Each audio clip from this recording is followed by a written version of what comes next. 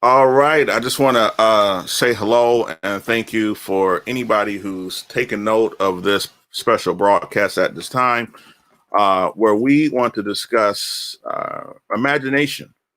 We are living in some unprecedented times, and who would have thought that we would have seen the sort of social upheaval uh, due to the pandemic? Things have changed. And the church has to be prepared for a response. And so, for that reason, I wanted to bring together a panel of very precious people. Every one of these individuals have touched me personally at some point in my life.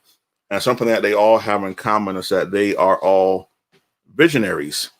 And so, I wanted us to gather around the theme of reimagining church during and beyond the COVID-19 age. Reimagining church during and beyond the COVID-19 age. I believe that when there is no imagination, the people perish. And for us to avoid perishing, I think we have got to practice our imaginations.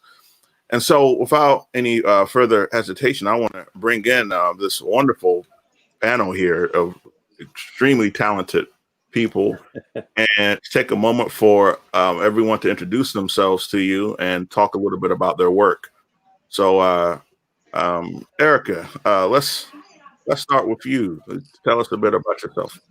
Sure. Well, thank you. Thank you again for having me. My name is Erika. I am a third and final year Master of Divinity candidate at Howard University School of Divinity. Um, my studies and work focus on pastoral care. And so most recently, I spent time in a practicum at a hospital working with pastoral care, working with the chaplains there. So, I got a chance to explore that area, the area where I'm leaning strongest. And so I really love that experience. Something that I will am applying to continue with. But in light of COVID, I not being a staff chaplain, I couldn't go back anymore. So that's a little bit about me, where I am, and my relation to ministry. Thank you, Erika. And Rudy, you tell us a bit about yourself. All right. As Lauren said, and thanks for having me, man. Honored to be here. And but again, my name is Rudy. I get to serve at a church on the west side of LA, and I serve there as the pastor. And it's on the southern side of the west side. So if you know LA, that is one of the most diverse areas probably in our country. And our church looks like it. So I get to serve in a multi-generational, multi-ethnic context. Where you got Inglewood is right around the corner, and then Playa Vista and Santa Monica is around the other corner. And so it's an opportunity to bring a lot of different folks together. Thank you, Erika, Rudy, and Amy. Tell us a bit about your work. Hi, everyone. I'm Amy Bost-Henegar. I am one of the ministers for the Manhattan Church of Christ in New York City. I've been on the ministry staff there for almost 19 years and have done a wide variety of different things. But before that, I was a chaplain, actually, Erika. Worked in a couple hospitals, both in Los Angeles and in New York. And in Manhattan Church, I was the children's minister at the beginning for the first 7 years. And since then, I've done a whole wide variety of things. And then I also work with a fairly large group of women ministers in the Churches of Christ. Our group we call the Community of Women Ministers, that exists primarily on Facebook, but we get together face to face sometimes. We're spread out across the world. So those are my two main pastoral focus groups. Thank you, Amy. Thank you. And Barry, talk to us a bit about your work. Hey guys, I am currently serving as the youth pastor for Victory Grace Center. I've served on the executive team with the church as well. Just announced yesterday, I'm the new pastor for Victory Grace Center Florida campus. which will be a new virtual church. Thank you. That's taking place. I'm a Howard University School of Divinity graduate. Came out with my brother Lawrence here, class of 2017. HU, you know. HU. And I'm just looking forward to being a part of this discussion on today. Thank you so much. Again, when I say that every one of you have touched me and have been an important part of my life, I really mean that. And I'm just so grateful that we can all come together to discuss this topic that I think is critical and necessary. Because I want to make sure that the folks, clergy, ministers are thinking about the future, thinking about beyond COVID-19. And I hate for us to lose a moment of suffering. I mean, I believe that in every moment of suffering, there's something for us to learn that we can take with us. Suffering can be a teacher for us. So what are we learning in the midst of this suffering? And, you know, Barry, I wanted to come to you to share an old story. I remember me and you were once talking in the parking lot after class at Howard, back when we were in our Howard days. And I remember you shared something with me that really got me thinking.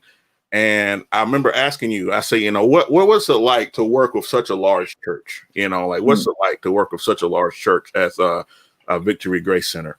And you said to me, Lawrence, honestly, mega churches. So I hope you don't mind me sharing this story. He said, Lawrence, honestly, mega churches may someday be a thing of the past. He said that what may come in the future are e-churches, And I remember thinking like, wow, that is such a, radical thing to think about. And I traveled everywhere I traveled, and I got together with preachers. I said, my buddy Barry has this theory. He shared this idea with me, and I think this thing is something people should think about. What does the future look like? And with technology continuing to grow, and with more people living lives over the internet and ordering and virtual living and social media and all of this, like more and more of our lives are happening online, then it makes sense for some churches to gravitate towards e-churches. And then I was so shocked, people who were so hardcore against anything technology, Barry, all of a sudden have technology ministry. So COVID kind of forced them to move into the sphere of having more concern about going to meet people where they are online. And I was curious if you could kind of open us up to share some of your thoughts and things you remember about that conversation and where you are now with that. Yeah, I actually remember this conversation. It happened a few years ago. Right in the parking lot after class. And we had this whole discussion about this new wave of what church means. And so my pastor, Dr. Jazz, who's very innovative in the church arena, she's always thinking, what does the next generation demand? What are they asking for? And how can we bring worship into that space? And so when we look into worship, we think about the mega church, is the early 2000s, late 90s, the mid 2000s. Era, but now people are looking for more intimacy. People are looking for more church on the go, quote unquote. And so what's happening is that technology, everything is switching online. We're banking online. We can order groceries online. We can do so much things online, and the church has to catch the wave of what does e-church look like. And so if we're not ahead of the game, we can lose membership.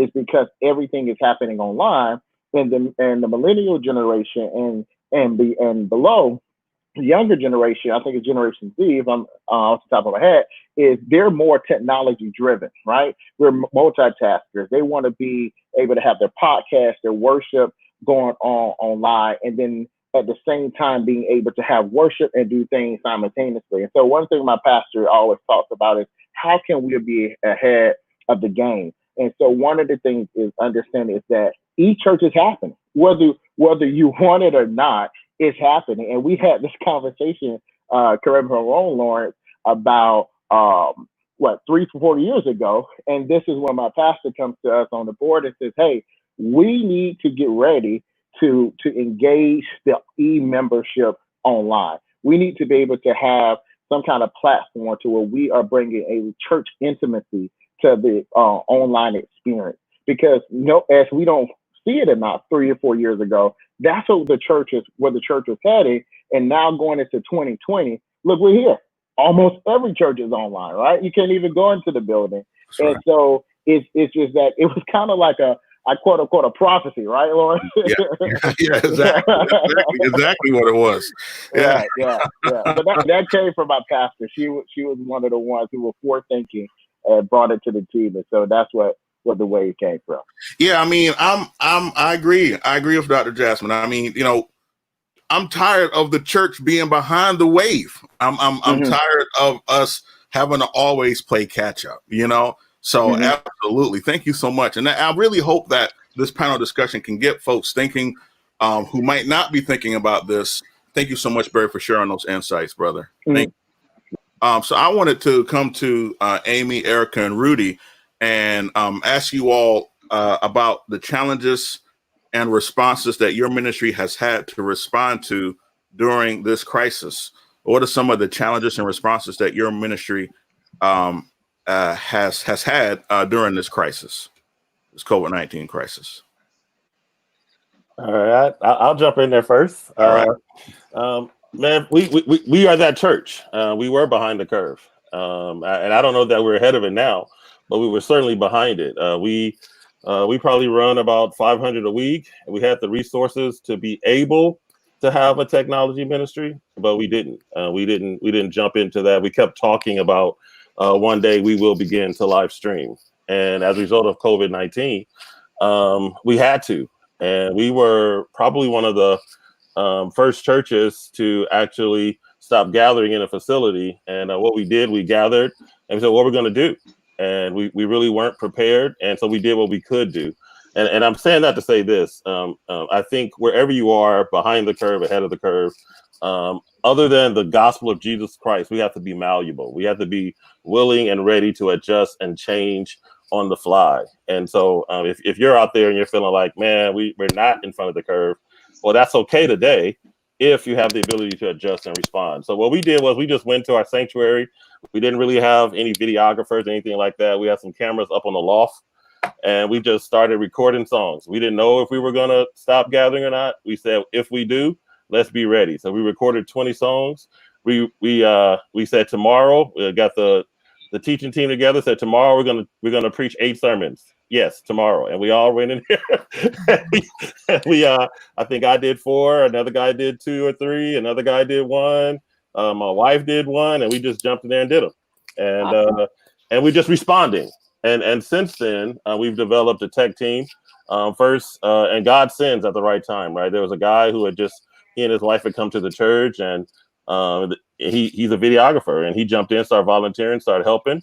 And now we're going to bring him onto the staff. And so we went from pre-recorded, just kind of 20 songs and 8 messages and piecing stuff together, to then recording weekly, like on a Wednesday, and then he would edit it and produce it on Sunday, to now preparing to be live streaming even when we come back and regather in the facility, because it's not going away.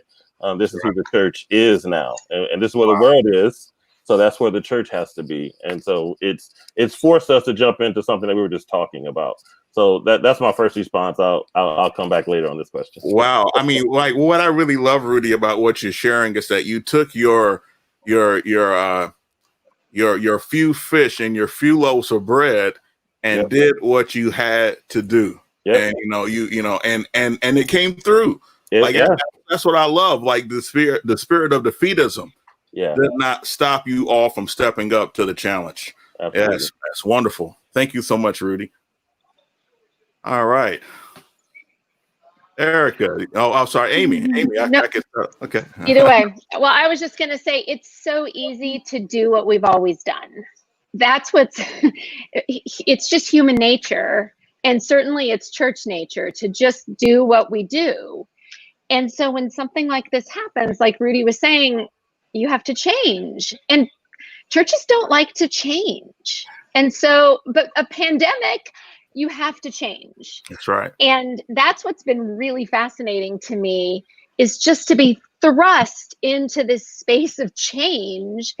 And so we look at each other and we're like, okay, so we can't argue about whether or not we're going to change, because change has come. Change has happened. And so now we need to respond. So I really appreciate Rudy's answer there. Absolutely, yeah. Wow, I would say for me in my position as a divinity student, and being on the other side of the pulpit, I think the biggest challenge was for some of my classmates and even professors was listening, because we're trying to engage with so much, but even some of the the digital formatting, even like this, you have to do a pause to allow people to speak. So whereas in live, in person, we can all be speaking at the same time and all hear each other at the same time. But on our platforms on Zoom, it would get frustrating because you have people that are very vocal who now had to learn to listen. And for me, I'm a listener. I had to learn to speak up and dive in there. So that was one challenge. With the clinical setting where I was volunteering, what particularly struck me was this word of essential and what is essential. And so when volunteer chaplains could no longer come in, interns could no longer come in, there's a decrease in the number of staff chaplains, but there's an increase in the number of folks who are going into critical care units. And so this idea of what is essential, to me, it struck me and it saddened me that spiritual care was not deemed essential. And so that was a challenge for me, and challenge for other staff chaplains who are now maxed, and trying to be present with people in some ways, if physically, but some ways, relying on telechaplaincy or video chaplaincy, and so much of presence is being in a room. And I know you know this, Amy, is being in a room and maybe not even saying anything, but your presence, your energy, like just that physical presence, is challenging. And I would imagine even for pastors in being present for parishioners, being present for those that are in nursing homes or sick at home. Like, how do we continue to be present for people via a screen, via voice? So that was challenging. Have been thinking of ways to continue to be present creatively. Mm-hmm. Yeah, I feel that too. That sense of what can you do through a screen? Because you can do a lot. That's what we're discovering, is you can do a lot through a screen. Mm-hmm. So much more than we realized. Mm-hmm. But you can't do everything. And so trying to figure out, like, what can you do and what can't you do? And then navigating this global crisis, and how do we really try to maintain distance in a really responsible way, except when we can't, right? And really figuring out what that is. It's a whole new pastoral dilemma, I think, and opportunity, because here we are around the country coming together to share this space in a way that we probably wouldn't have, Right. True. Yeah. pre-COVID, because all of these, we've realized, oh my goodness, I don't need to physically get everyone together for a conference or a meeting. We can come together and have a really good conversation. But when does that energy in the room, when is that the necessary thing? Like you're saying, Erika, you know? And we had, in New York, very early, we lost a member at our church. Reggie Jackson is a deacon at the Manhattan Church of Christ, beloved friend, been a member for years and years. And it was right at the beginning of the crisis in New York City, and no one was leaving their homes at all. The entire place was completely shut down. And so we had to come together. We had to creatively come together online to say goodbye to him and support his family. And it's really, it's really like awful, but at the same time, it's a blessing that we could come together in the middle of that horrible situation, that there was a way we could come together. And so I think so too, is that once we think about the opportunities here, right, is if this pandemic would have took place 15 years ago, we would not have been prepared, right? There was no Zoom going on. You know, I can remember 2005, Facebook was not happening. It was social media was not a presence. Conference calls online was future telling. And so one thing too, our pastor always says is that in this movement, we can either be a movement or we can be a monument, right? So, and that's her quoting here, is her thing is let's be the movement, right? And let's not be the monument, because the monument is something of the past that we'll stop and remember. Oh, that was a good church. What happened to them? Oh, 2020 took them out, right? Or we can say, oh, they presented another movement for the next generation, right? Even where the Black Lives Matter, NAACP is still taking place, but the Black Lives Matter is taking the movement even further. And so that's where the church has to get into, is say that 2020 is bringing a new way of living, a new way of worship, and it's a new church. And whether we want it or not, it's because anytime change takes place, it makes us and it forces us to be uncomfortable. But what happens if that's God forcing us to take our ministry online? Because so many people who never have visited your church can click a button and join your ministry. That's right. That's right. And you know, Barry, I think that I was who was I speaking to about this?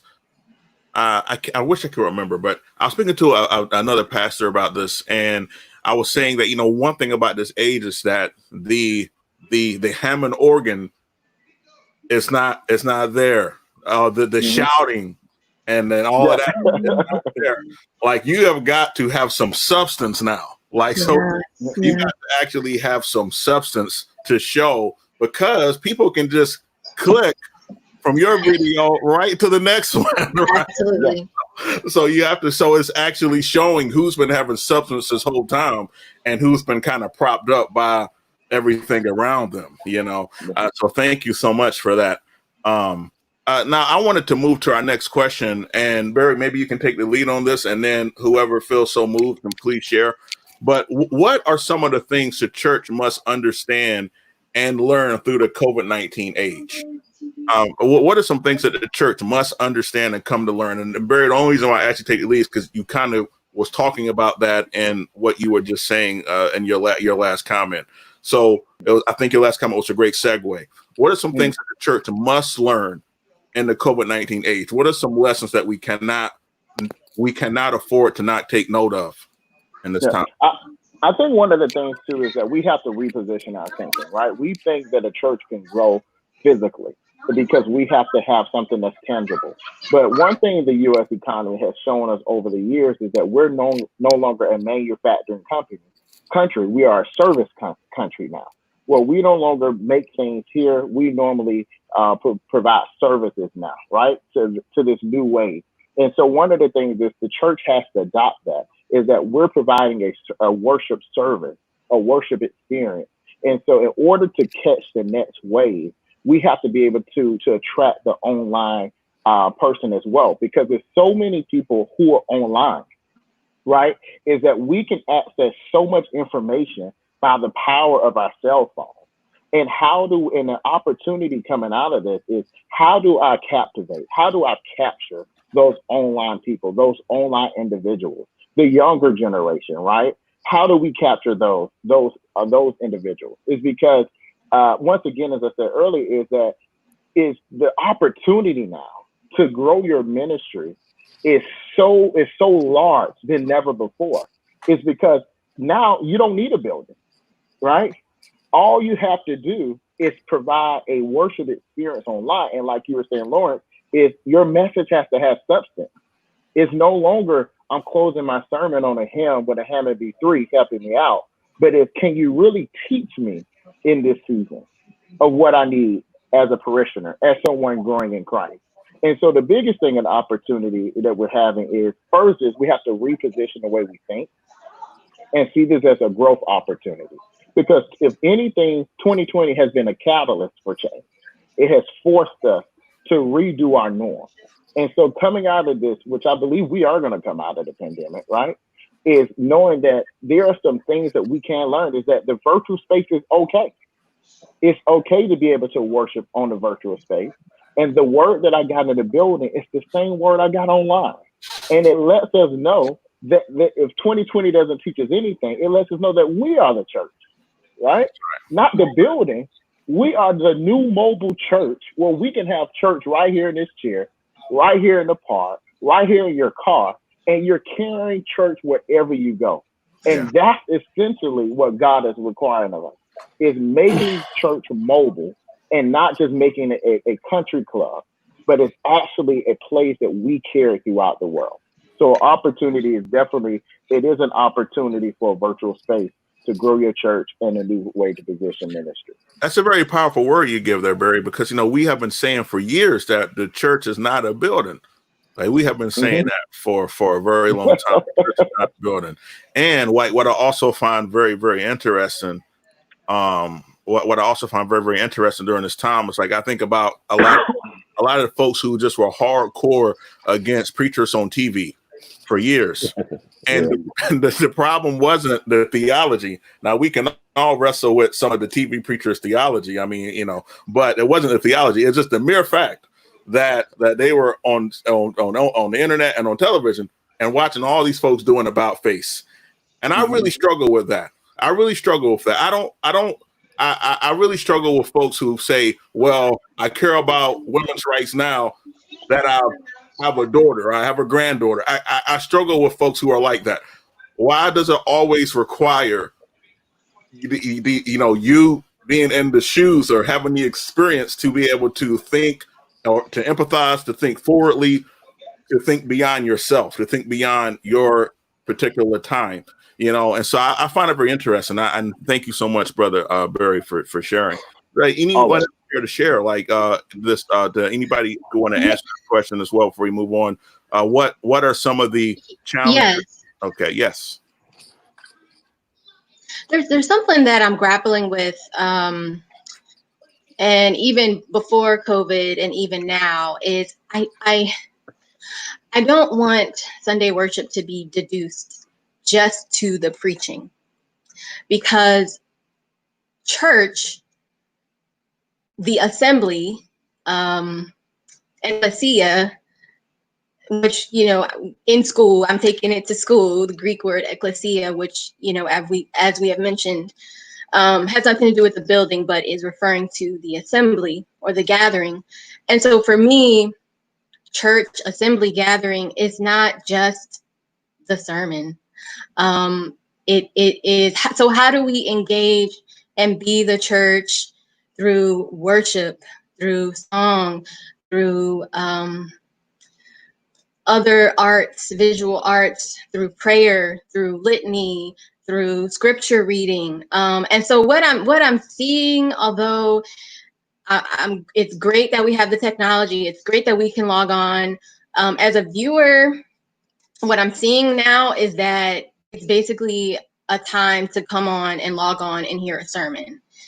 And so I just don't want us to lose our own sense of community and lose our own sense of Bible study, prayer, spiritual formation, all these things that encompass a worship service.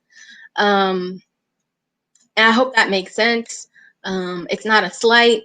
I love preaching. I love hearing it, but I just don't want it to become dwindled down to online church is equated to hearing one person preach, seeing one person on the screen, when a church has a number of people and ministers and leaders. That's right. I mean, that's something that I've been grappling with as well. You know, for us to not lose sight of that, and to even relieve the preacher at times, you know, to incorporate other people to preach, to maybe not even preach one Sunday. I mentioned this to a pastor that you and I know, Pastor Lawrence. Maybe come on and as my colleague on here, Brandon Cox, would say, let's have a time for lament. Let's come on and grieve and lament of all that's going on. Let's you know, live into that. Maybe, you know, to relieve, like I said, relieve some of the preachers. Let's think of a worship experience that incorporates a full hour of arts, you know, of dance, of music, and that can still be done digitally, virtually. So yeah, just thinking of incorporating the whole community and the whole worship experience, yeah, as well. and that's a very good comment. And I mean, to me, like, the heart of what you're saying is something that is beyond just this moment, right? Like, the church has been heavily centered on the preaching moment, right? So everybody's there to hear the sermon, but then in Bible study class, you have 1/5 of the congregation, you know, at the Bible study class, right? And so we do have to figure out ways to keep people interconnected and to keep community there, you know, where we're not just developing personality cults. Thank you so much, Yeah. Erika. I'm going to bring in Rudy and Barry and Amy here as well to share any further feedback that you have for this particular question. Yeah, I'll piggyback off of Barry and Erika, and that this pandemic has created a pressure, and the church has always exploded or launched from persecution and or pressure. It is when the church has thrived, and I believe the same thing is going to happen now. And we've said forever that the church is not the building, but now we have a complete paradigm shift in what that means. And Erika brought up the word ecclesia, the called out body of believers. The early believers believed that meant called out of their homes, called out of their structures. And that church was always on the move. And I think we have settled into our buildings in a way that has been unhealthy. And now we are forced to be on the move, even as we are centrally located in a city. We have to think outside of the box now, and I think that is going to launch the church in a new season of growth. So that was my first thought to the question. My second thought is this: that culture and circumstance is the criteria for ministry. What's going on in reality creates ministry, and so we had all these ideas of how to do ministry prior to COVID-19, but as a result of COVID-19, other things had to take the forefront. So when the pandemic initially hit, there's still a lot of talk, but there was a lot of talk about those who are 65 and up. And so that forced us into a ministry that we now call Care 65, or the generation that we call the beloved community. And what we've done is we've partnered that group who had less accessibility to get out during the quarantine, that group who was more susceptible, with younger members in the congregation who check on them regularly 2 to 3 times a week. And what has happened, we were doing it for their health and safety. What has happened, they've been connected with the generations behind them, and now they can't wait to get back together, and now the community is healthier. What we also did, we partnered with the local sheriff's department and with physicians in our church. So if they had a need for a prescription, we would fill it so they wouldn't have to stand in line. Or if someone went missing, the police would do a wellness check to make sure that they're okay. So our beloved community now feels more a part of our community than ever. But that pandemic created another pandemic, the economic one. And as a result of that, you know, I mean, first it was like, what, 6 million, then 13 million, then another 6 million, and all these people filing for unemployment. And I went to the elders, and we're one of those fiscally responsible churches, and we want to end of the black every year. Praise God for that. But I went to them and said, look, this is a year that we can't be concerned about ending the year of the black. Stewardship is something that the church should be concerned about, but this is an Acts 2 season where everyone who has needs should be taken care of, period. And I went to them and I was all nervous because I'm saying, I don't care if 200 people come and say, and I gave them this huge number. And they immediately said, absolutely.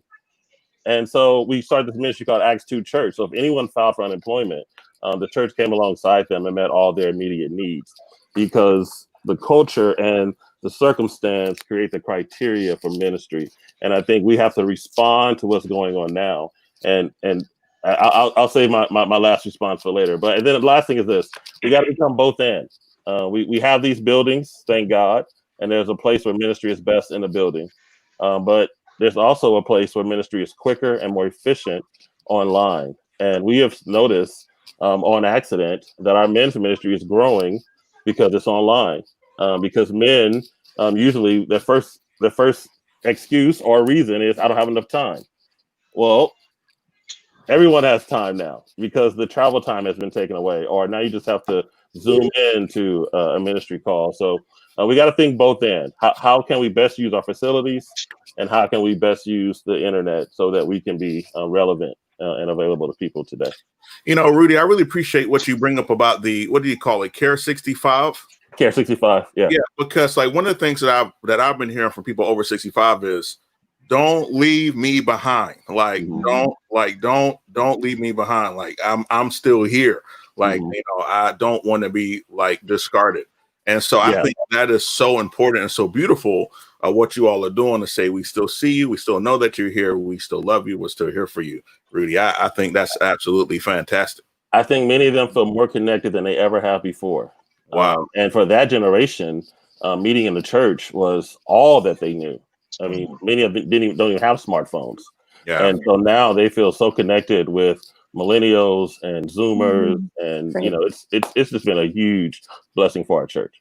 You know, one other thing I really appreciate about what you say, Rudy, is the both and, because for years I felt like that there was a war going on. It was either we are, want to become 100% technology or no technology at all. And I don't know why we cannot find ways, just like with our homes. We have a home we live in, but we still utilize technology, so many of us, with our homes. You know, why can't we find a both and? So I appreciate you also bringing that up as well. All right. Thank you, Rudy. One of the things I was going to, similar to what Rudy said, but just thinking about how busy we were pre-COVID. You know, this busyness that was so much a part of modern life. And when everything came to a screeching halt for many of us, now not for everyone, you know, some essential workers, and I put that in quotes because I do believe we're all essential. But boy, I've seen in New York my friends who are in the medical field and who are in public transportation and sanitation and all of those jobs that can't stop. Their lives have not come to a screeching halt like mine have. So I want to acknowledge that we've definitely had a variety of experiences, but those of us who have been able to stay home and have stayed home, and schools that have come to a stop, and work that has moved home, and churches that have stopped, all our busy calendar where we're saying, come to the building, come to the building, come to the building. We have something going on in the building every day, and you could spend every day at the building. Thinking about what is a good, what should we be asking people to do with their time? And now that we've gone back to this place of not having anything on the church calendar, where people have to leave their homes, maybe leave their neighborhoods, but yet we know that eventually we do want to be able to physically go back. But how do we responsibly deal with the calendar and not just fill it up with a whole bunch of stuff so that we can feel like we're really doing things, but really look at, you know, what do people need to be doing? I think a lot about the church and the gathering and the scattering, and so much of what we're called to do as Christians is in the scattering. It's not when we are gathered together, but it's when we are out in the world, among our neighborhoods and in our jobs and in our homes. But yet often we want to feel like, well, in order for the church to justify its existence, it needs to have a really full calendar of activities that people need to show up for. So I just think that this has been sort of a reset to think about what are the priorities, for our calendar. One thing I wanted to add is kind of what was said earlier is about this new way of worship, whether we worship through dance, through song. I think what the church is feeling as though they're missing in this whole COVID-19 pandemic is this whole feeling of intimacy, right? And so because worship is an intimate setting. And so what has happened is because we have not made our homes intimate, it doesn't feel like that. And so sometimes it feels as though I have to be in this place, which I do think corporate worship is awesome. I think it is part of the Christian experience and part of the believer experience. But I feel as though God is calling us in this season is to focus back on this level of intimacy and what that is. And so one of the things that we took was we did 2 levels of virtual worship space. Where we have an 8 and a 10 is where we're live on Facebook, on our social media platform, on our website, and it is a one-way street. You guys can see us, but we can't see you. And so anything you say, we're not able to see it because we're in front of the camera. However, what we did was we said, you know what, church is missing the intimacy setting. Let's take the Zoom, right? And let's create, when you first log in, the lobby. Then when people come in and, hey, welcome to Victory Grace Center, we're glad to have you. Just click that breakout room button and you'll enter the sanctuary. And then in that sanctuary, what we have created was an opportunity for people to see each other that they normally get chance to see on a regular Sunday. And then when we have people who are scheduled in to do a worship, people who are scheduled in to do a praise dance, right? And then people were scheduled in, and then like this time, my pastor allowed me to preach this past Sunday. And the Sunday before that was Pastor Jenkins of First Baptist Church of Glenarden. And so it was a chance to see worship that we normally have in the building into another atmosphere.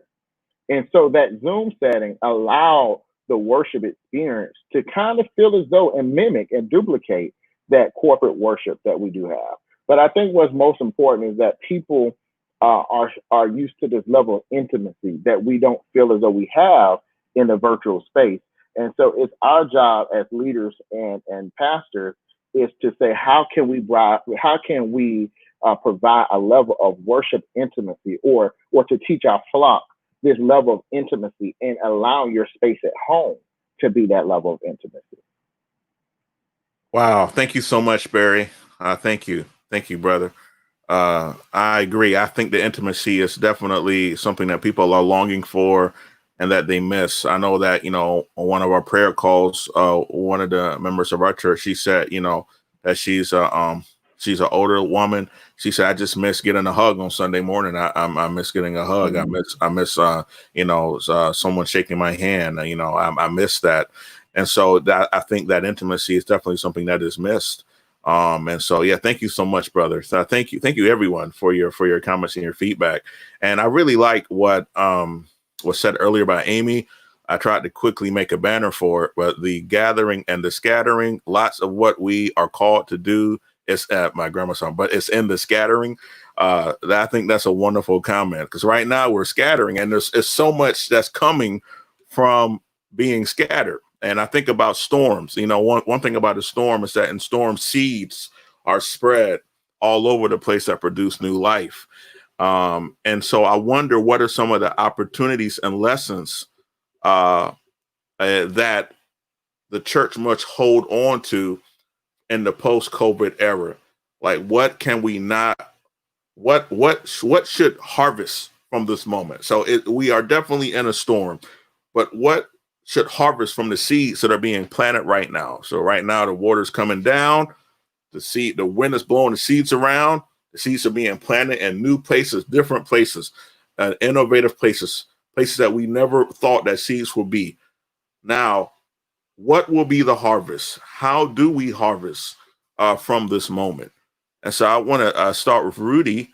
and just your thoughts on the seed and where they will land. How should we tend to them? And how do we collect the harvest from the seeds that are being pushed around and watered during this storm? Yeah, I think earlier I said culture and circumstance is a criteria for ministry, or that creates a ministry. And I think we have to walk in the reality that we've really gone through three global situations: the health crisis with COVID-19, the economic crisis with all the people who file for unemployment, and the crisis of injustice, which is not new. But it's highlighted in this season, and there's this worldwide protest. And what is going to be the result of that coming out of this COVID-19 when we begin to gather? Because right now everyone is in some form of crisis, even if you're managing it well, because everything is topsy-turvy from what we're used to, and we don't know what the now normal is going to be still yet. But I think coming out of this, a huge opportunity for the church, and an area that I think we have lacked in, is we're going to have to really jump into the gifts of emotional and spiritual healing. There are going to be people who we just did a series, and the last message was on depression, a series titled Shelter and Grace, dealing with loneliness and insecurity and heartbreak. And then the last message was on depression. And just imagine what it's going to be. You talked about those folks in the church who just miss having a hug. But people have lost loved ones, and people have lost their jobs and their businesses, and the injustice that is prevalent as a part of the American experience is being highlighted right now. And what is going to be the emotional response of that? So I think our next ministry will be heavily driven by clinicians and therapists and life coaches, people who can come alongside people. Pastoral counseling, I think, is going to be at an all-time high. Those kinds of things where we're walking with people, whether it's virtual or in person, as they transition, as they heal from all the wounds that going through three global situations have created. That's what I believe we're going next. Yes, brother, and we still got to get through November. 2020 has been yes, sir. a very challenging year, and that's one reason why I've become rather militant lately when it comes to mental health. I don't have any more patience for people who try to religiosity their way out of a mental health conversation. Mental health is critical. I mean, it's always been, but especially right now. But the church has been equally averse to the discussion on technology as it has been to mental health. Yeah, that's right. Yeah, and I think that's where life is going to be for us, and we better get ready for it. You're right. I mean, to me, that goes back to the comment from Dr. Jasmine earlier, and Barry brought up about the wave. I'm just so tired of the church being behind the wave. And that not all, we have churches that are ahead of the wave, as Barry talks about, and stuff that all you all are doing in your own ministries. You all have shared things that you guys are riding the surfboards on the wave. But nevertheless, the church at large has gotten a reputation for always being behind the wave, and in some ways kind of even counter to any progress. We're counterproductive to progress almost. And I'm frankly tired of it, Rudy. And so that's why I'm so excited about this conversation tonight. Well, if we want to be relevant, we better jump on those two trains. That's exactly right, brother. Yeah, Rudy, I appreciate that so much. I mean, just the amount of grief that we're dealing with, as widespread grief in all different ways, so many losses. I really appreciate what you said there. I was thinking about my answer to this question, what we can learn. And the thing that I keep thinking about, that I hope we're learning in our churches and that we can teach to our culture and to people who are searching, is humility, that we are a part of nature and we are a part of history. So we're a part of creation and we're a part of history. I think that as Americans, especially, we like to think that we've arrived. I think there's a real push in our culture, at least the culture that I know, that is my culture, that we've arrived, and that we know more than anyone did in the past, and we do better than anyone ever did in the past. And we look back at the past and think, oh, we're so evolved. But the thing is, we're a part of history, and we have as many blind spots as generations before us, and we need to learn and do better, and realize that this is our time in history. This is our time in history to do what we're being called to do.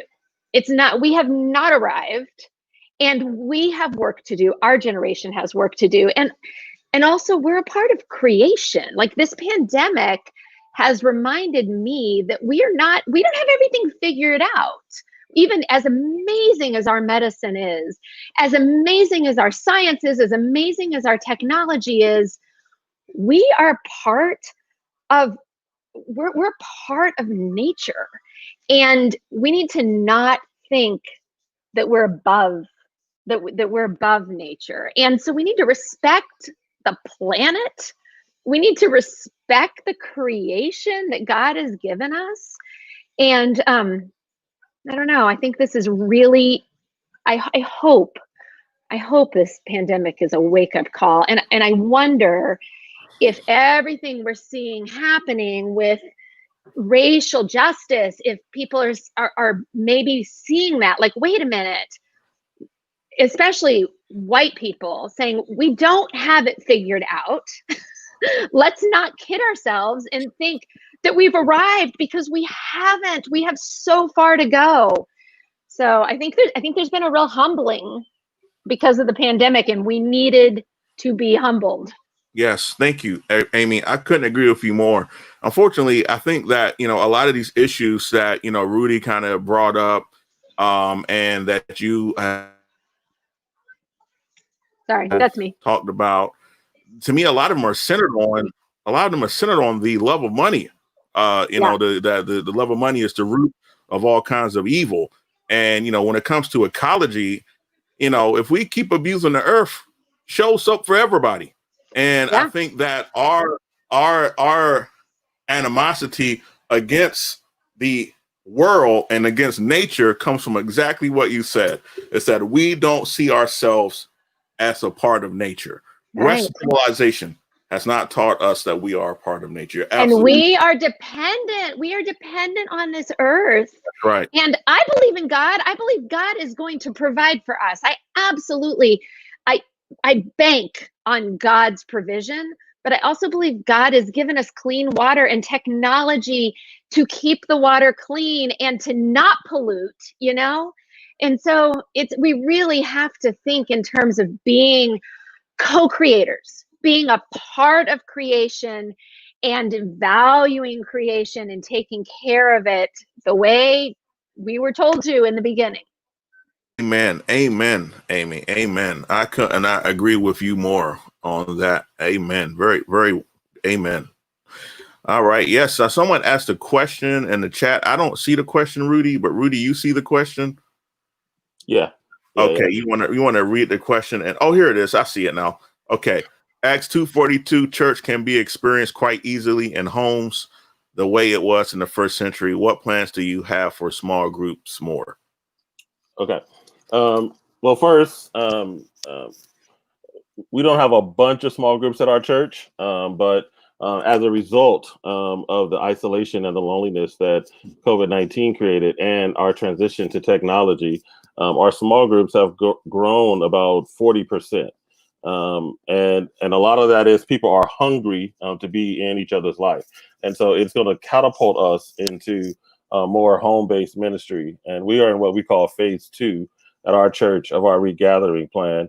But phase 3 is transitioning to doing more home-based ministry. So I think technology is an easy and a efficient way to get more people in groups because you're not limited by where people live.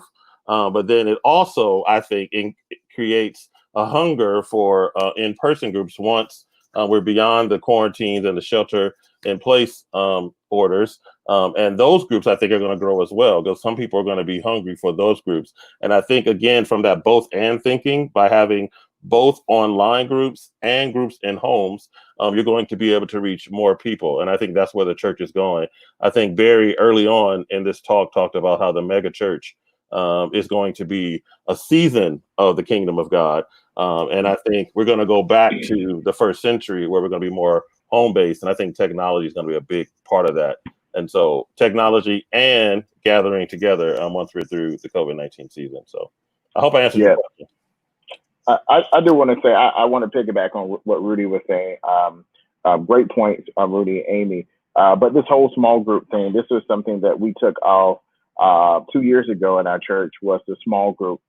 We worked with a church, I believe it's the Elevation Church, in regards to helping us position this level of intimacy I was referring to earlier from a larger church into a smaller church. And the small groups is where you're able to connect. And the small groups is where you're able to grow your faith. And then these small groups, what happen, we call them V groups, is you get together with your group, whether it's you're connected by hobby, you were connected by your age, connected by your demographics, whatever it was that you were connected to. You're able to connect, and you get together on a weekly basis. And we only keep it maxed out at 12. And sometimes we call them tribes as well. And so now, even throughout this whole COVID-19, the small groups are able to get on Zoom. And they're able to be able to share, talk about some of the things that they're experiencing, some of the questions they may have. They each are assigned a deacon who helps provide spiritual guidance as well, and help tap them into ministry. Back to the question too, is like, what are some of the things that can be learned from this pandemic? I think the thing that can be learned is, for me, the biggest thing is at first that the word of God stays the same, right? But the way we distribute it, the strategies around it sometimes has to change. And so when I think about how Jesus walked from town to town, was because there weren't any cars. And he had to, because there wasn't any internet. But now we're blessed because we can do ministry and we can get the same word out, but we just do it in different strategies. And so that's one thing to take away from this, is that the word stays the same. The other thing I take away from this is what Rudy was saying, is that this whole idea of people have gone through something. When we come out, no one can leave out of this without a scar. And the church has to recognize is that we will come out with a scar, and it's our job to help treat that scar. As pastors, as leaders, as ministers, it's our job to help treat that scar as best as possible. Whether it's with counseling, which I'm a huge fan of, mental health, I think that's something that we don't talk enough about, even in the church, because we spiritualize a lot of things where we don't talk about mental health issues. Another thing that Amy speaks about is this idea of humility. I think one thing that it has humbled us as a people in COVID-19, it has shown us is that it doesn't matter whether you're rich or poor, you're black or white, that anybody can carry this virus. But what I also think about is coming back home is when I go through this pandemic is it goes back to the basics. It restructures and it reminds us of what really matters. It's not about the money. It's not about the fame. It's about making sure, ensuring your health is okay. You have the roof over your head. You're with family and with friends. You're with what really keeps you going. And now life has forced us back into our home, where some people, some family members, and I work in the school system, they have never got a chance to really have this much time with their kids because they were on the go. They were at work. Here, kids have practice and they go home, and the kids only get maybe two or 3 hours with their parents at most because they got to go to bed. And now it's forcing us back to the basics, right? But one thing I think so too is it requires us to focus, right, on what's really happening in the world. Pollution has gone down because of the pandemic. How we are destroying this earth, right? It may have caught us by surprise, but it didn't catch God by surprise. That we're going back through this whole dynamic of Black Lives Matter right in the midst of the pandemic. Is because now you're home. Now you have nowhere to go. And here it is, racism right in your face. And for those who say they had no idea, those who say they didn't know that privilege exists, now you can't be distracted because it's happening. Now you can't say you weren't aware of it. It's because when you turn on your television, people are protesting across the nation. So it's forcing us to go back to say, wait, there is an issue in America with racism, and we actually need to do something about it. There is an issue when the majority African Americans in our country are twice as likely to die from the coronavirus than any other race. That's an issue. That's a pandemic in itself, being Black in America. And so when we come home and we're so busy, we say, so many people say we didn't know racism was going on, or we didn't know this was happening. Now you know, because the pandemic put it right on your television, right in the midst of the storm. And so what God is allowing us is to focus back on the basics. He's allowing us to focus on what really matters. He's allowing us to say, hey, my word stays the same. You got used to your churches. You got used to sitting on that same pew every day. But now your strategies will be forced to change.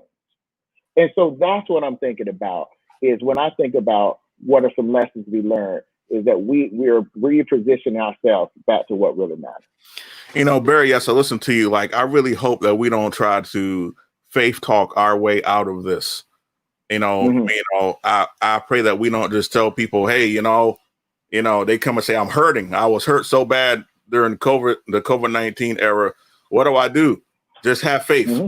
I pray that we do more than that. And I truly believe in faith, but I think we have to have a holistic view of faith. Like, we can't just see faith as just a strand of belief in my mind, but as how does that belief push me to wholeness and to being healthy? Also, as I listen to you, Barry, I knew that when sports took a break, things were going to start happening. One of my struggles with sports, because I don't want to get beat up, I will oftentimes, just be the fan of whatever team that you're a fan of, or whoever I'm around, whatever fan, if you're a fan of whatever, I'm a fan of that team. But truth of the matter is, I oftentimes saw sports as a major distractant from social issues that are happening in our society. And I always knew that if it ever took a break somehow, people would start paying a lot more attention to the world around us. No shade to the sports fans. I'm just saying, I just knew that I knew this time would come. And I also appreciate something that Amy said in our chat. Amy said earlier, she said, do we have to go back to being so busy that we can't see our families? Amy, I hope you don't mind me sharing that. But I think it's a good question. We have got to make sure we're making time for our families, and we're not so busy that we're not able to see and be around our families. So, and very important. Well, and what is this system that we've accepted? We've accepted as a culture a system where, in order to make ends meet, you have to be away for most of your time. Like, maybe we need to question the system.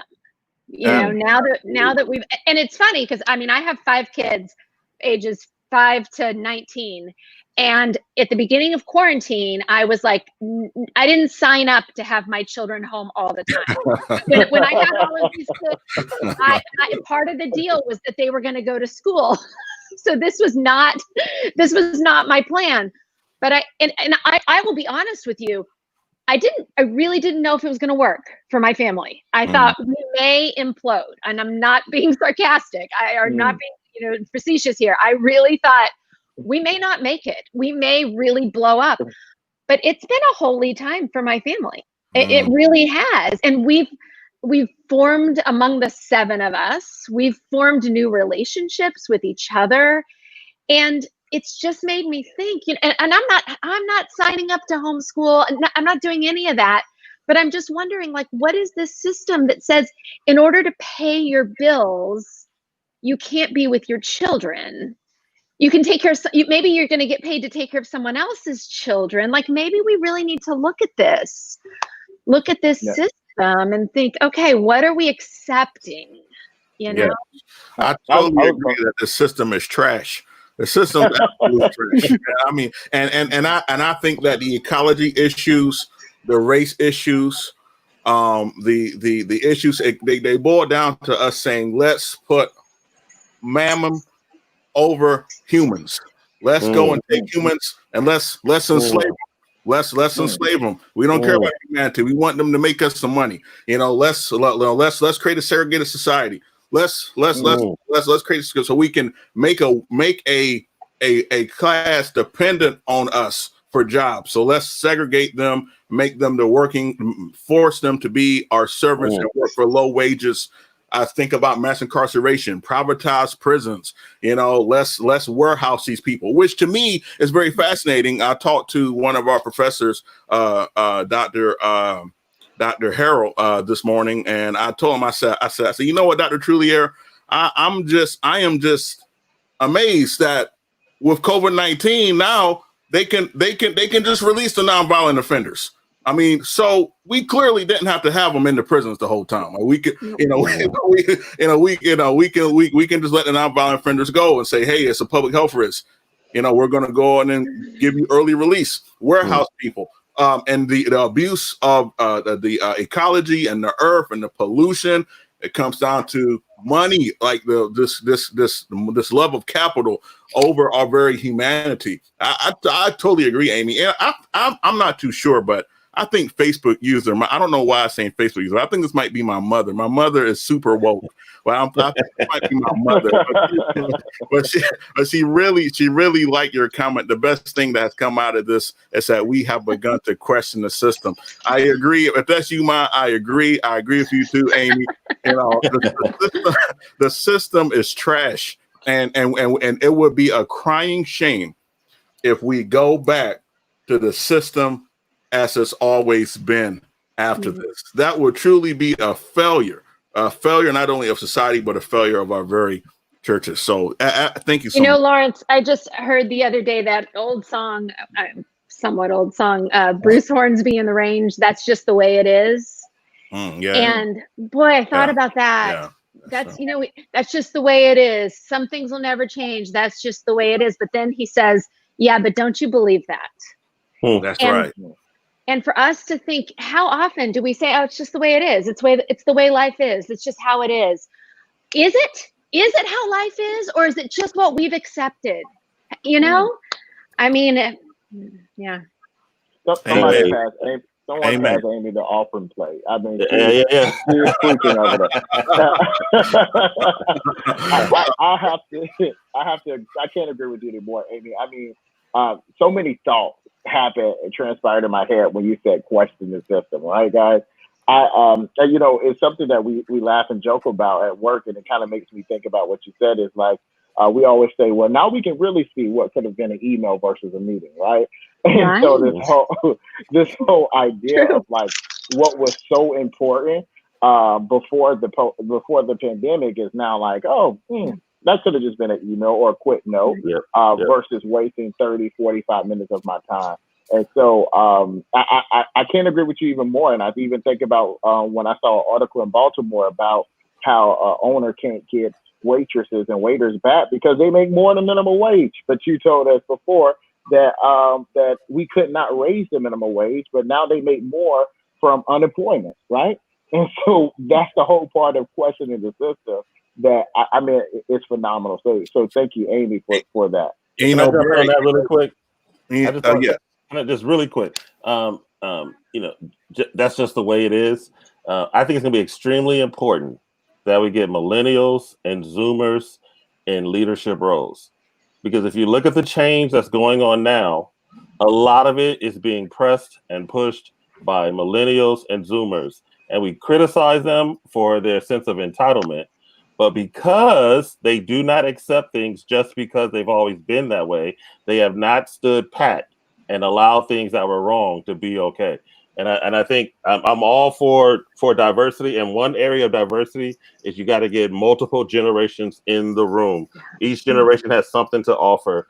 And millennials and Zoomers, they do not stand pat. They don't understand that it's just the way it is. They don't get that. Rudy, if I could just comment on what you say, because I'm about to fall out my chair. If you all just keep dropping these bombs like this, I'm going to fall out of my chair, and then I'll be a viral video. But Rudy, but even on what you mentioned, I think about how one of the reasons why the voices of millennials and the voices of Zoomers have not been heard is an economic dimension to that, because the heaviest donors and contributors to many of our churches are the status quo. It's the status quo who wants things to, are the ones saying some things will never change. Those are the folks who are really helping support most of our bodies. I mean, of worship.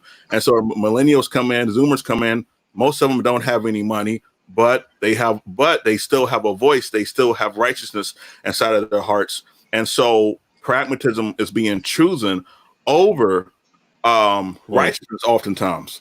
And so I don't want to say this again, but I just think that like we're going to have to do something, even with what Barry said earlier about unemployment, right? And people making more on unemployment than they did on minimum wage. And what's so crazy about it is it became circular and toxic, where there were some politicians saying, let's give the corporations trillions and not give the people anything, because they will make more on unemployment than they made on minimum wage. The question wasn't, let's elevate the minimum wage. Why are we paying people so little who we call essential?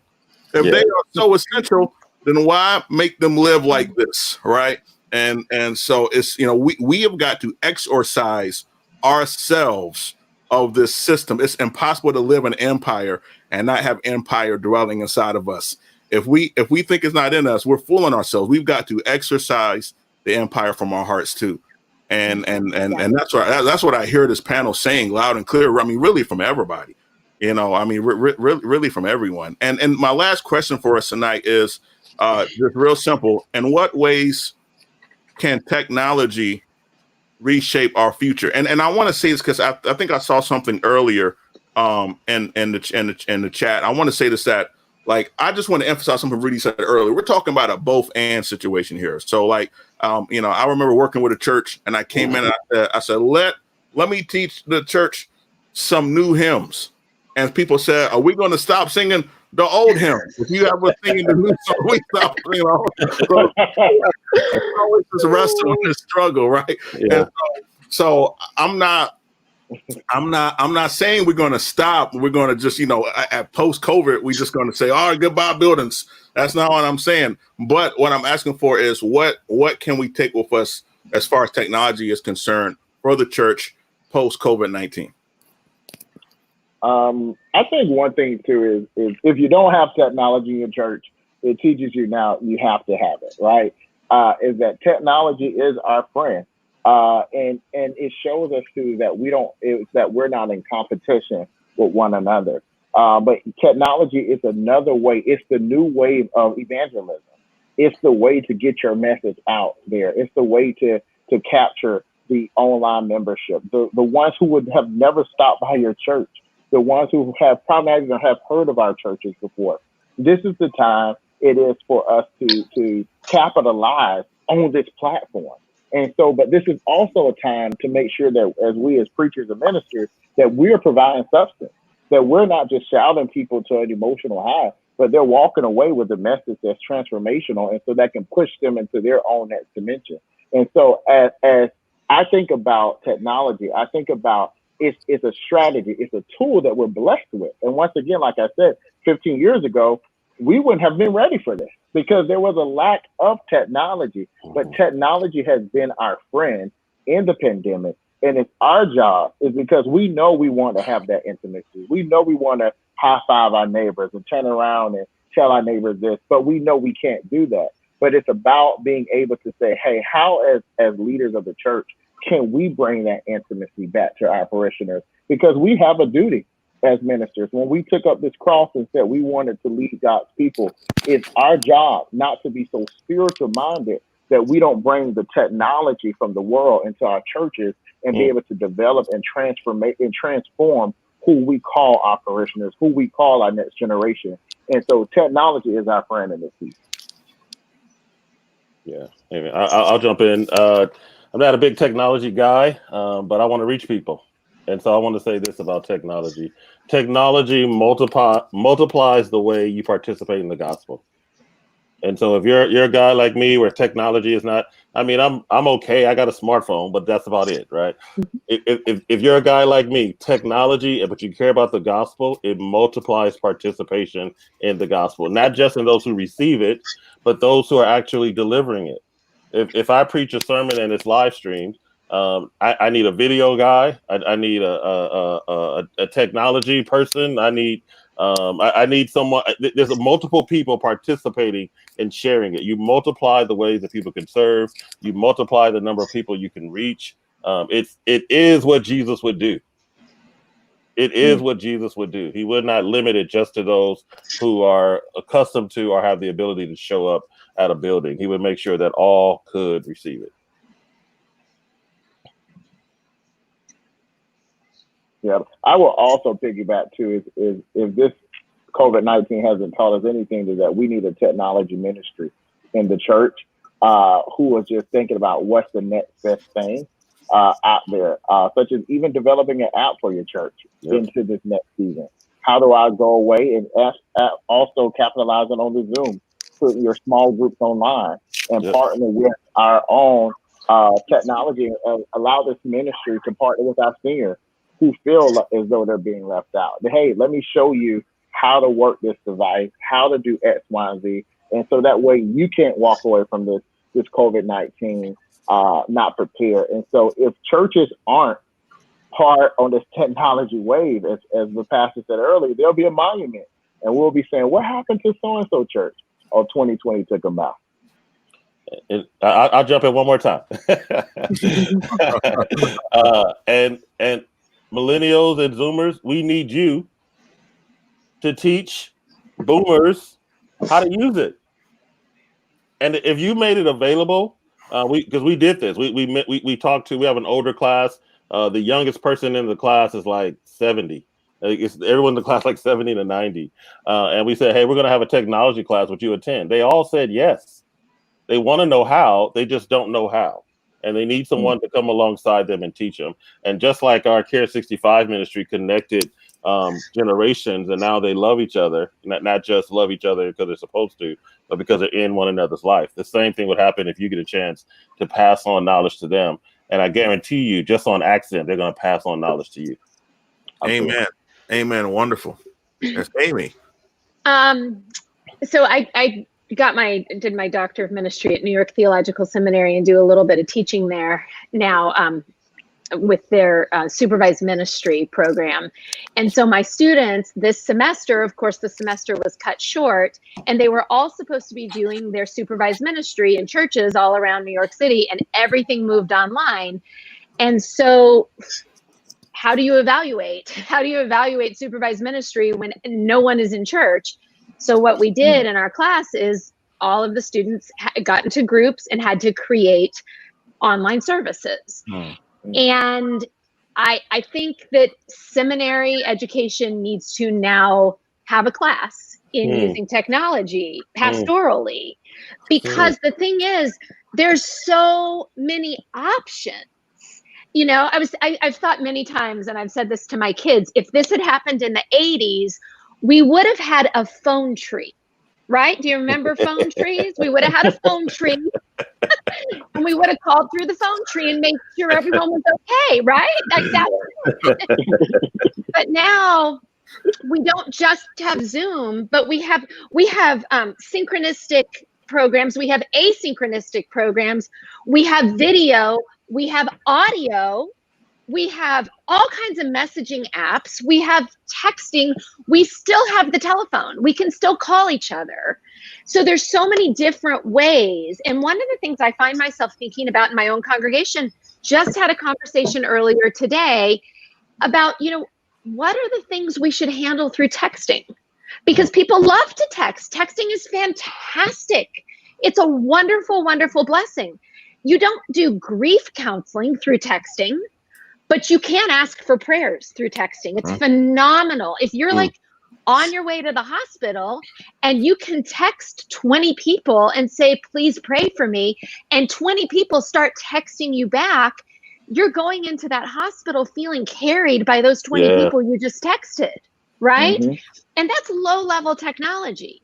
But so I think pastorally, we need to think about what is appropriate for the different things that we do, and what are the things we need to try to be in person for, as we talked about earlier on in the discussion, you know, as hopefully, Lord willing, we move out of this pandemic and we're able to physically come back together. What are the things that we need to do in real time? What are the things that we need to do physically in the same building? What are the things that it's better to do asynchronistically? So I create something, then you come on later, and then you come on later, and you comment later, and we can fit it into our schedule depending on, because everyone has different schedules, everyone has different needs. So I think that the multitude of options technologically is an enormous blessing. Amen. And we need to engage and think about pastorally what works best and what helps. Amen. Thank you so much, Amy. Thank you. Wow. Wonderful. All the comments. Yes. All right.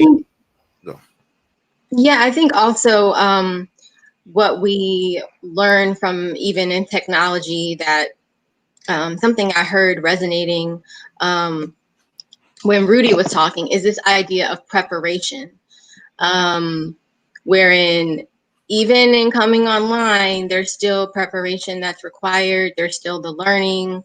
So just navigating, you know, what are these platforms? How do we use it? A good opportunity to learn, but also an opportunity to prepare and to plan. And also, I want to just go back in time just for a little bit in preparation for this call and acknowledging that nothing is really new. I was wondering, like, what did churches do in 1918, 1920 when there was a pandemic? And what struck me was that some pastors started to write, submit prayers and sermons to the newspaper. So at that time, the newspaper was their communicative tool. That was technology. And so I was like, wow, like what does that mean for us now? You know, as far as still dispersing the message in our communicative tool. And so I hear all of the things that you all are doing. So I just want to affirm in that, as much as we're trying to figure out what do we do, what should we do, just to affirm that what you are already doing is right on. I mean, it's using what you have to continue to facilitate community and worship and engagement. And then I was particularly struck with this idea of letter writing or writing to the newspaper.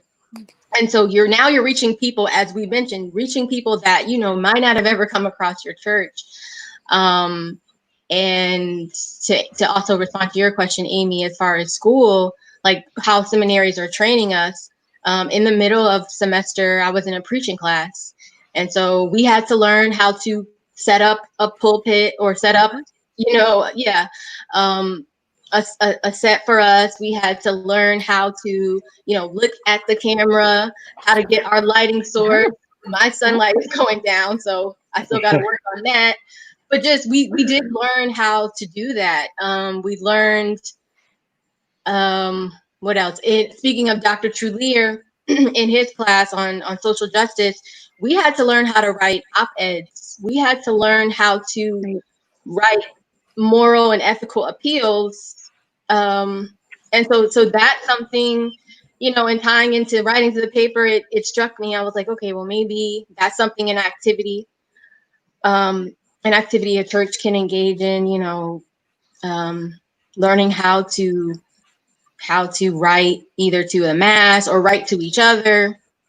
So yeah, but I think everything that has been said and that you are doing, continue to do, and people are, you know, probably taking notes and encouraged by what you are doing right now.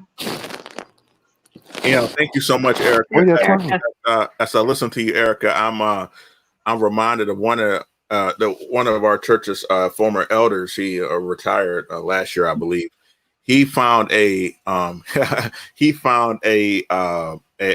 hello. That's my grandbaby. She's So good. Hello, oh, that's so sweet. She hiding her face. She's like, no picture. No paparazzi.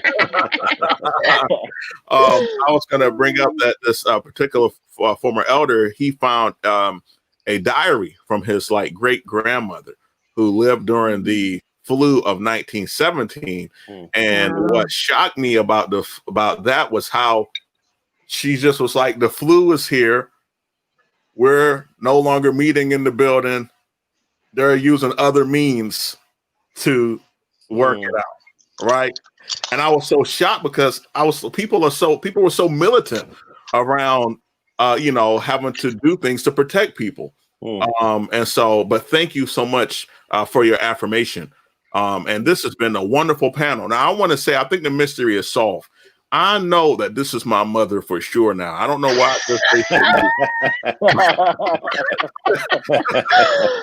reason why I know is my mother was helping me to train for this moment before it happened for my whole life. She would call me, ask me how to get the CD player to work, how to get this to work, how to do this, how to set up Facebook account, all these things. She would actually advise on that. Sometimes I'm going to be honest, I'm so vulnerable. Sometimes I got a little impatient. Ma, why don't you just Google it, Ma? Well, you're my son. I brought you to this world. You should be able to teach me these things with patience. You're right, Ma.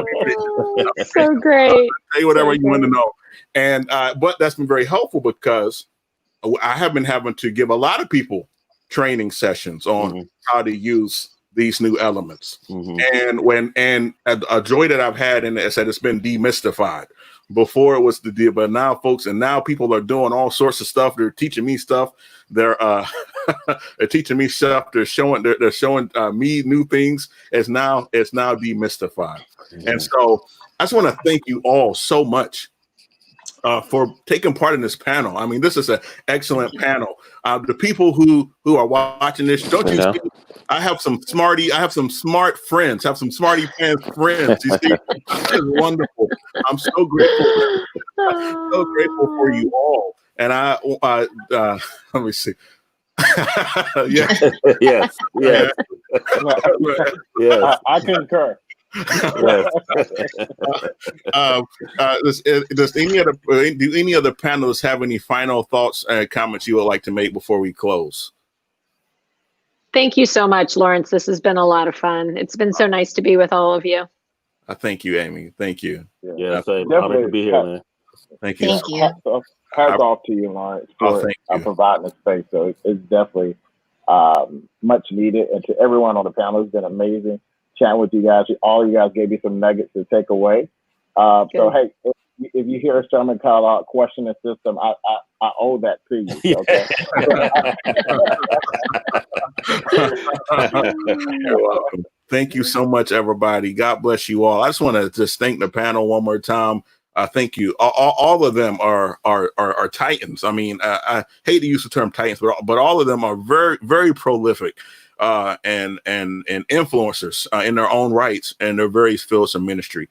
And each one of the panelists is coming from places that have been hard hit by COVID-19, Manhattan, LA, DC, and Baltimore, all places that have been hard hit. They have all had to think on their feet and think on their toes. And I'm so grateful that they took a mental note of what they were contending with to be able to share and bless with us. And I pray that for people watching this right now live and those who are going to watch it later, that you have been blessed by this panel. I just want to thank you so much for joining us tonight. And I'm praying for you all, particularly for everybody, but particularly folks in ministry, that we will ride the wave, that we will not be behind the wave, and that we will be a movement and not a monument, as Dr. Jazz said earlier. Thank you so much, Amy, Barry, Erika, Rudy. God bless you all. And I pray that everyone viewing has a wonderful night. Thank you so much, everybody. And God bless.